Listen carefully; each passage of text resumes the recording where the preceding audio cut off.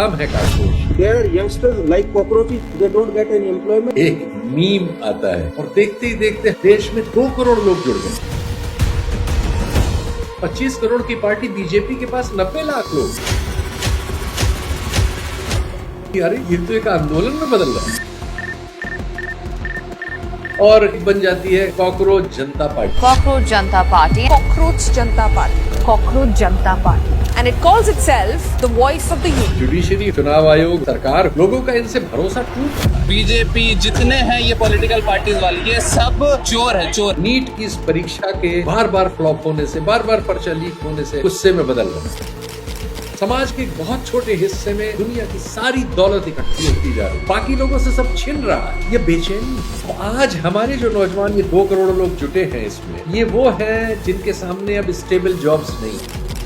शिक्षा का दाम बढ़ता जा रहा है, बचत आधी रह गई है, पेंशन आधी रह गई है। ये सब फ्रस्ट्रेशन है। हमारे यहाँ की जो राजनीतिक दल है, एक्चुअली वो भी अजगर की तरह पुराने पड़ चुके हैं।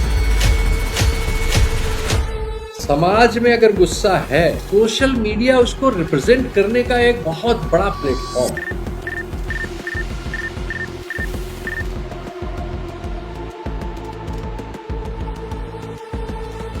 नमस्कार, मैं Sheetal P Singh, round table studio में आपका स्वागत है। एक मीम आता है और एक कोई एनोनिमस पेज जिसको हम पहले से जानते नहीं है, और देखते ही देखते हम लोग देखते हैं कि लाखों लोगों की डिजिटल भीड़ तैयार हो जाती है। फिर उसकी चर्चा चारों तरफ। ये जो है, ये एकदम नया फिनोमेना। ये हमारी पीढ़ी के लिए तो बिल्कुल ही नया फिनोमेना, लेकिन ये है, ये एक रियलिटी है। कुछ ऐसा ही घट रहा है हमारे आपके सामने, लेकिन इसकी कोई ना कोई वजह होती है। ऐसा एकदम से जो भीड़ आती है, उसके नीचे कुछ पक रहा होता है जो हमें दिखाई नहीं देता। एल्गोरिद्म मैनिपुलेट होते हैं और फिर हम देखते हैं कि सरकारें, व्यवस्थाएं उसको एकाएक उस हलचल को रोकने में लग गई हैं। कुछ ऐसी कोशिशें कर रही हैं जो और बड़ी प्रतिक्रिया लेके आ रहा है। तो ये हमारे दौर का वक्त है। एक मीम से पैदा होने वाले आंदोलन को हम देख रहे हैं। दरअसल इस वीडियो में हम देखेंगे कि क्या सोशल मीडिया सिर्फ मनोरंजन का साधन है या ये हमारे दौर में बदलाव का टूल बन चुका है। ये नया पॉलिटिकल इंजन है क्या। जब हम ये देखते हैं कि एक मीम आता है 6 दिन पहले, एक एनोनिमस प्रोफाइल है, इसके पहले हम उससे कभी परिचित नहीं थे, लेकिन वो हमें कुछ आकर्षित करता है। इसलिए करता है कि ठीक उसी के पहले एक घटना होती है जिसमें एक पावर का सेंटर देश के ज्यादातर लोगों के बारे में एक ऐसी टिप्पणी करता है जो लोगों को चुभ जाती है। तो वो जो चुभन है उसको एक मीम में एक एनोनिमस अकाउंट अभिव्यक्त करता है, और हम देखते हैं कि उसकी इतनी तेज एक्सेप्टेंस होती है सोसाइटी में कि वो वायरल हो जाता है। सब उसकी ओर देखने, बोलने और उस जैसा कहने लगते हैं, उससे जुड़ने लगते हैं। पता लगता है कि अरे ये तो एक आंदोलन में बदल रहा है। 6 दिन में हम पाते हैं कि 2 करोड़ लोग उससे जुड़ गए। ठीक है, भारत की आबादी बहुत बड़ी है, लेकिन भारत में 25 करोड़ की पार्टी बीजेपी के पास 90 लाख लोग हैं। इंस्टाग्राम कई सालों से उसका अकाउंट है। कांग्रेस का भी अकाउंट बहुत पुराना है, उस पर 1 करोड़ 30 लाख है। टेक्नोलॉजी की पार्टी रही आम आदमी पार्टी के पास 20-30 लाख लोग ही हैं। और ये 6 दिन पहले आए हुए एक मीम पर देश में 2 करोड़ लोग जुड़ गए और बन जाती है कॉकरोच जनता पार्टी। और आज हम उस पर बात करने को मजबूर हो जाते हैं। आश्चर्यजनक है, एक लड़का है जो बॉस्टन में है, अमेरिका में, यहाँ भारत में था, 30 साल की उम्र है, अभिजीत दीपके। कॉकरोच वाले इशू पर, जिसे हमारे चीफ जस्टिस ऑफ इंडिया ने लापरवाही में कहें या उनके मन मस्तिष्क में इस तरह का विचार है समाज के बारे में, व्यक्त हुआ उनसे और उसकी प्रतिक्रिया हुई। उसकी वजह भी है, जो हमारे इंस्टीट्यूशंस हैं, जुडिशरी हो, चुनाव आयोग हो, सरकार हो, ये सब अपने मामलों में अविश्वास खुद ही पैदा कर रही है। लोगों का इनसे भरोसा टूट रहा है। जब हम पाते हैं कि चीफ जस्टिस ऑफ इंडिया पहले प्रेस कॉन्फ्रेंस में बैठते हैं 4 जजेस के साथ और कहते हैं कि इस देश में लोकतंत्र खतरे में है, फिर वो चीफ जस्टिस बनते हैं, उनका एक महिला से संबंधित एक नकारात्मक प्रसंग सामने आता है और हम पाते हैं कि उसके बाद वो गुमसुम हो जाते हैं और उनके फिर जो हर फैसले आते हैं वो सरकार की संरक्षा करते हुए आते हैं। फिर वो रिटायर होते हैं और हम उन्हें सीधे सरकार की ओर से राज्यसभा में पाते हैं। एक और जस्टिस है जिन्होंने एक समय में आज के डिस्पेंसेशन के एक बहुत ताकतवर नेता को संरक्षा दी थी अपने आदेश में, हम उन्हें एक गवर्नर बना हुआ पाते हैं। इस तरह से तमाम हम फैसलों को देखते हैं, हम पाते हैं कि एक चीफ जस्टिस है, उनके घर में कोई पूजा हो रही है और उस पूजा में पीछे प्रधानमंत्री जी आके खड़े होते हैं उनके घर में। इस तरह की चीजों ने लोगों में निराशा भरी, अविश्वास पैदा किया। और उस अविश्वास में जिन पर अविश्वास था, जब वो बाकी लोगों के लिए या आम फहम लोगों के लिए इस तरह के प्रतीक का इस्तेमाल करते हैं जैसे काकरोच, और उसकी एक प्रतिक्रिया इस नए तरीके से होती है जिसमें कोई पैसा नहीं है पीछे, कोई संगठन नहीं है सामने, और कोई मीडिया अरेंजमेंट नहीं है। सोशल मीडिया पे एक व्यंग आता है, एआई का इस्तेमाल करके एक मीम बनता है और वो काकरोच के शेप में कहता है हम है काकरोच। उसको हाथों हाथ लेती हुई भीड़ मिलती है। हमें चारों तरफ से खबरें आने लगती हैं, सोशल मीडिया के हर प्लेटफॉर्म पे हम भर जाते हैं इन सूचनाओं से कि सब राज्यों में पार्टियां बनने लगी, जिलों में पार्टियां बनने लगी।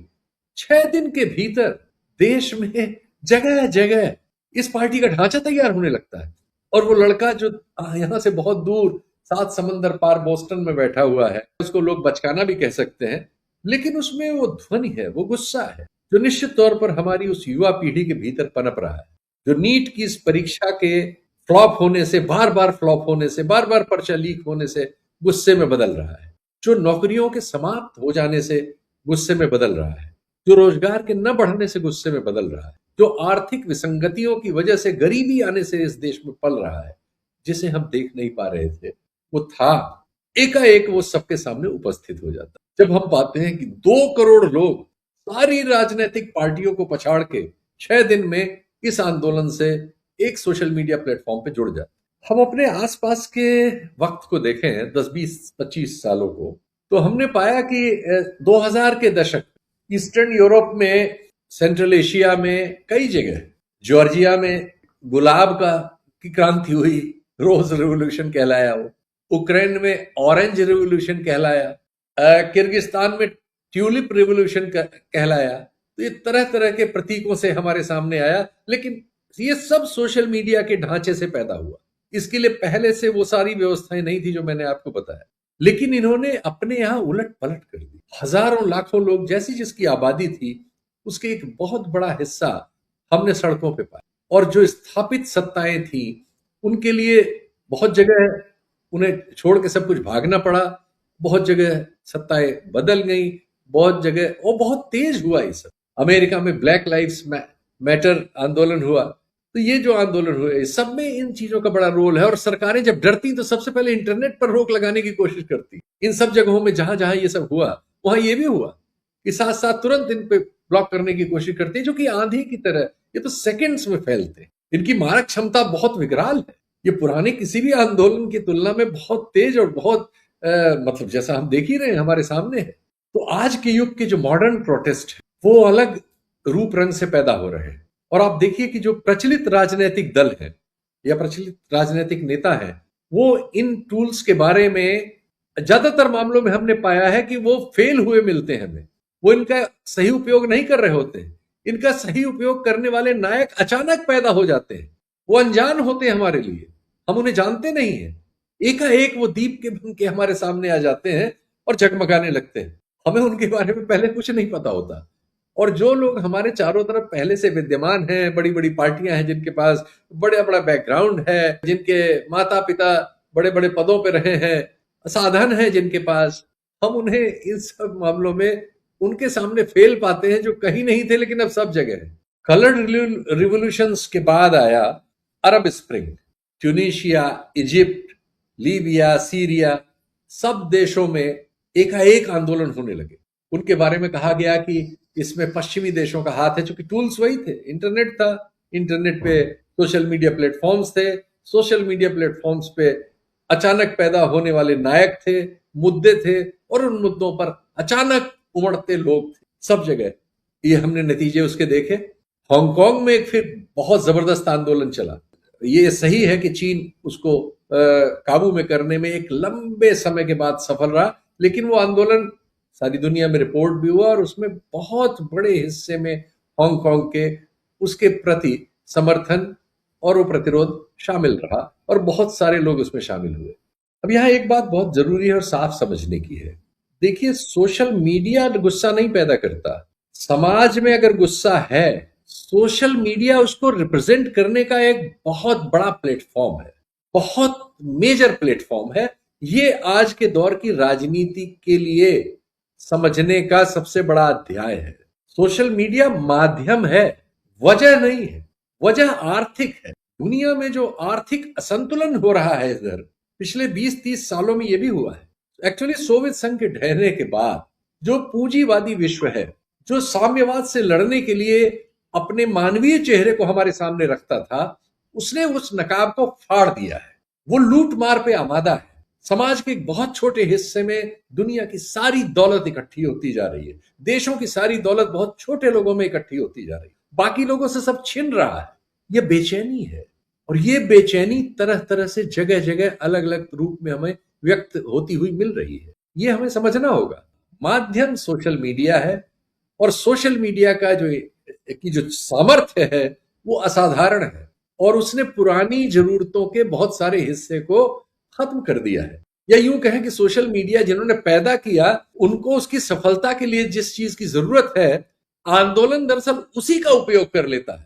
सोशल मीडिया चलाने वालों के लिए जरूरत है कि उनके एल्गोरिदम पे लोगों को वो अपना सामान बेच सके, और आंदोलन जो है उसी एल्गोरिदम का इस्तेमाल करके बहुत सारे लोगों में फैलने में, अपने विचार को फैलाने में उसी विधि का इस्तेमाल कर लेता है। तो ये दोनों चीजें एक साथ हैं, एक दूसरे में गुम्फित है, लेकिन हमारे सामने है। अब आज हमारे जो नौजवान, ये 2 करोड़ लोग जुटे हैं इसमें, ये कौन हो? ये वो हैं जिनके सामने अब स्टेबल जॉब्स नहीं है। एक बार ये हमारे यहाँ जो रिवोल्यूशन सा आया था कि हमारे यहाँ सॉफ्टवेयर इंडस्ट्री डेवलप हुई थी, उसने हमारी इकोनॉमी का एक बड़ा हिस्सा ले लिया था। उसमें बड़ी बड़ी तनख्वाहें लोगों को मिलने लगी थी। अखबारों की जगह टेलीविजन आ गए थे। टेलीविजन में काम करने वाले लोगों की तनख्वाहें बड़ी बड़ी थी। अब इन सब क्षेत्रों में नई चुनौतियां आ गई। एआई आ गया और उन सब में छटनी शुरू हो गई। टेलीविजन की जगह अब इंटरनेट प्लेटफॉर्म्स आ गए, सोशल मीडिया आ गया, रेवेन्यू इधर शिफ्ट होने लगा, वहां तनख्वाहें घटने लगी, नौकरियों से लोग निकाले जाने लगे। तो ये जो नई सफलता आई थी नौजवानों के सामने, ये बड़ी जल्दी धूमिल पड़ने लगी। हर जगह जो कैपिटलिज्म है वो तो अपना मुनाफा देखता है, उसने तुरंत अपना रंग बदला। कॉन्ट्रैक्ट वर्क बढ़ गए, ऑटोमेशन बढ़ रहा है तो लोगों को जॉब से निकाल रहा है। वो गिग वर्क आ गया, टैक्सियां वगैरह, इस सब के जो नए टूल्स आए, इन्होंने लोगों की आय कम कर दी। तो जो मेहनत कश तबका, ड्राइवर था, कंडक्टर था, इन सब की भी आय कम हुई, बहुत से जॉब कम हुए। एक और दिखा बहुत बड़ा सपना जो सॉफ्टवेयर इंडस्ट्री वगैरह से आया था, और लोगों को लगा था कि सब कुछ बहुत सुनहरा, बहुत सुंदर है, बढ़िया फ्लैट, बढ़िया कार, क्रेडिट कार्ड्स, और इन सब का एक दौर आया। उसके बाद पता लगा कि किस्तें भरना मुश्किल है। एकदम से वो दपने टूटे। फिर देखा जगह जगह भारत जैसे देशों में परीक्षाओं वगैरह में धांधली, क्योंकि सब प्राइवेटाइजेशन हो गया है। सरकारें लोगों को प्राइवेट स्कूलों, प्राइवेट अस्पतालों, सब प्राइवेट में ठेल रही हैं। वहां डकैतियां हैं, तो शिक्षा का दाम बढ़ता जा रहा है। दूसरी ओर जो तीसरी दुनिया के देश हैं, भारत जैसे और अन्य देश हैं, उनकी सबकी इकोनॉमी जो है, जो वैश्विक चैलेंज है, उसके सामने टूट रही है। आज रुपया हमारा जहां चला गया है, 10-12 साल पहले जिसकी जो इनकम थी उससे आधी रह गई है, बचत आधी रह गई है, पेंशन आधी रह गई है। ये सब जो फ्रस्ट्रेशन है, ये नई पीढ़ी में बोझ बन के उसके सामने आ रहे हैं, चैलेंज बन के। ये सब फ्रस्ट्रेशन जो है इसलिए ये चीजें एकाएक हमें इतने बड़े विस्फोट के तौर पे दिख रही। ये चीज समझने में हमारे जो राजनीतिक दल हैं, हमने पाया कि वो बेतरह असफल है। वो इनको एड्रेस नहीं कर पा रहे, वो इन चीजों को एड्रेस करने में असफल है। एक्चुअली वो भी अजगर की तरह पुराने पड़ चुके हैं। हमारे यहाँ की जो राजनीतिक दल हैं, वो आज के दौर की जरूरतों के हिसाब से अपने को इक्विप ही नहीं कर पाए। उनका अपना माइंडसेट बहुत आउटडेटेड है। तो इस तरह की जब कोई चीज पैदा होती है, तो वो सबसे पहले उस पर हमला करने लगते, उसको खारिज करने लगते। कर नहीं पाते, कर नहीं सकते। बदलाव को कभी कोई खारिज नहीं कर पाया, लेकिन वो कोशिश वही करते हैं। तो इसीलिए हमें ये 2 तरह की कोशिश मिल रही है। जो बीजेपी का इन्फ्लुएंसर है, वो इसको पाकिस्तान में घुसेड़ना चाहता है, क्योंकि उसकी राजनीति हिंदू मुसलमान पे है, और वो फेल होता है, पता लग जाता है तुरंत। आजकल तो तुरंत ये भी पता लग जाता है कि ये झूठ है या सच। किसी भी चीज की जांच तुरंत की जा सकती है। तो एक उनके इन्फ्लुएंसर ने इस तरह का एक चार्ट बना के दिया कि साहब इनके 49% सपोर्टर जो एक कॉकरोच पार्टी है उसके पाकिस्तानी है। तुरंत लोगों ने उसका चार्ट निकाल के ओरिजिनल दे दिया कि झूठ बोल रहे हो, तो इसमें तो 94% हिंदुस्तान से है। तो ये दूसरी ओर जो कांग्रेस समर्थक कुछ इन्फ्लुएंसर है, वो तुरंत 2012 की याद दिलाने लगे, उन बयानों की याद दिलाने लगे जिसमें प्रशांत भूषण वगैरह ने कहा था कि हमें नहीं पता था कि इसके पीछे आरएसएस है और फलाना है। तो वो तुरंत आरएसएस वगैरह में पहुंच गए। तो इस तरह की कॉन्स्पिरेसी थ्योरी वो गढ़ने लगे।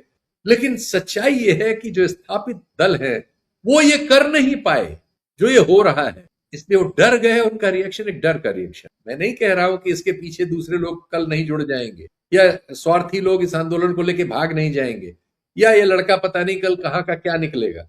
मेरे पास अभी आज इसका उत्तर नहीं है, लेकिन मेरे पास इसका भी उत्तर नहीं है कि ये 2 करोड़ लोग जिन्होंने वहां जाके अपने को शामिल किया है वो सब के सब किसी कॉन्स्पिरेसी थ्योरी के तहत गए हैं। मेरे पास इसका भी कोई तर्क नहीं, कोई तथ्य नहीं, और जिन्होंने आरोप लगाए उनके पास भी नहीं। इसलिए मैं उनकी उस मंशा को जो इस आर्थिक असंतुलन से पैदा हुई है उसको खारिज नहीं कर सकते। इसलिए ये प्रोग्राम है। अब थोड़ा एक चीज पे जरूर बात कर ली जाए। ये जो मेटा, यूट्यूब, एक्स, टिकटॉक, आजकल टिकटॉक तो अपने यहाँ नहीं है, ये जो भी है, हमारे यहाँ गूगल और मेटा 2 ही हैं जो सारे प्लेटफॉर्म्स प्रोवाइड कर रहे हैं। हमारे चाइनीज प्लेटफॉर्म नहीं है, दुनिया में कुछ जगहों पे वो भी है। ये भी बिजनेसमैन है। ये क्रांति पैदा करने के लिए पैदा नहीं हुए हैं, ये व्यापारी हैं। इनको भीड़ चाहिए, इनको अटेंशन चाहिए हमारा। ये चाहते हैं हम ज्यादा से ज्यादा समय इनके प्लेटफॉर्म्स पर रहें। ये इनको रेवेन्यू देता है। इनका बिजनेस मॉडल ही यही है। ये हमें ज्यादा से ज्यादा अपने ऊपर निर्भर करना चाहते हैं, क्योंकि वो निर्भर करते ही हमारा बैंकिंग, हमारी खरीदारी, हमारी सोच, हमारी हेल्थ, हमारी एजुकेशन, हमारी हर चीज का डाटा इनके पास होता है। और ये फिर उस डाटा को बेच के बाजार में अपने लिए रेवेन्यू पैदा करते हैं। इनकी सफलता का आधार हमारी इन पर निर्भरता है। तो ये कोई संत लोग नहीं है, ये तो पहले हमें समझना है। लेकिन एक माध्यम है। आज के वक्त में उपलब्ध माध्यमों में यही सबसे तेज, सबसे आगे, सबसे जल्दी और सबसे, आप कह सकते हैं, इनके बिना हमारा अस्तित्व नहीं है। इन्होंने वो भूमिका तो अख्तियार कर ही ली है। तो जाहिर है कि जो कुछ होगा वो इन पर ही होगा, और हो रहा है, और हम चाहें या न चाहें। इस सच्चाई को भी साथ साथ हमें देखते हुए चलना होगा। फिलहाल आज का सच ये है कि हमारे सामने 6 दिन में पैदा हुई कॉकरोच जनता पार्टी है। एक मास्टर्स करता हुआ 30 साल का लड़का है जो यहां पहले था, आम आदमी पार्टी के लिए काम करता था, और वो 2-3 साल पहले बॉस्टन चला गया, और बॉस्टन में उसने हमारे चीफ जस्टिस ऑफ इंडिया के एक ऊट पटांग व्यक्तित्व की, या यूं कहें कि बड़े शर्मिंदा करने वाले वक्तव्य की आलोचना में एक मीम बनाया। आज वो मीम इस देश में इस समय, जिस समय ये रिकॉर्ड मैं आपके सामने कर रहा हूं, राजनीति का सबसे प्रमुख विषय बन गया है। और मुझे नहीं मालूम कल इसमें क्या होगा, ये फ्लॉप होगा या हिट होगा, लेकिन आज हमारे पास इसके अलावा और कोई चारा नहीं है कि हम इस पर बात करें। ये प्रस्तुत है, बताइएगा, और इसमें और इस तरह के कार्यक्रमों में हम और क्या इंप्रूवमेंट्स करें, कैसे कैसे इसको आपके लिए बेहतर प्रस्तुत कर सकते, ये आपके साथ। ये जो चैनल है ये बच्चों ने शुरू किया है, जेएनयू के बच्चे हैं, अपनी पढ़ाई कर रहे हैं, साथ साथ करते हैं। इसको सब्सक्राइब करिए जल्दी से जल्दी। देखिए ये काम, इसमें जो इस पूरा कार्यक्रम है इसी पर आधारित है कि इस अस्तित्व के लिए जरूरी है कि सब्सक्रिप्शन बड़े से बड़ा हो।